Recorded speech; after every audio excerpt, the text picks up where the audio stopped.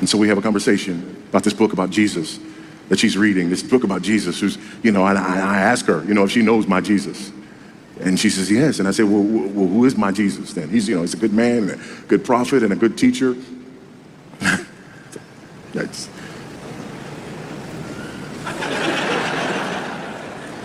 And that was all.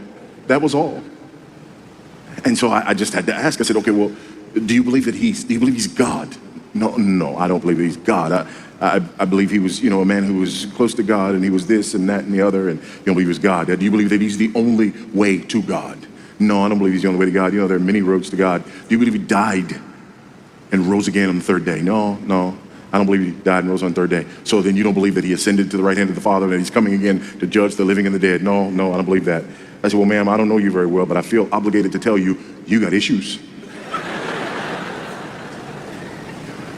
Why is that? Well, because you believe that Jesus is a good man, but this man said, I and the Father are one. If you've seen me, you've seen the Father. You say you don't believe he's God, but he said that he was God. A man who says that he's God is not a good man if he's not God.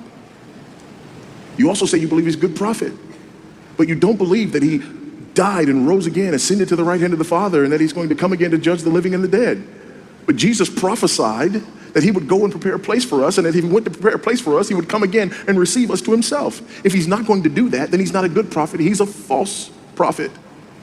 You also said that you don't believe that he's the only way to God. And he said, I am the way, the truth, the life, and no one comes to the Father but by me.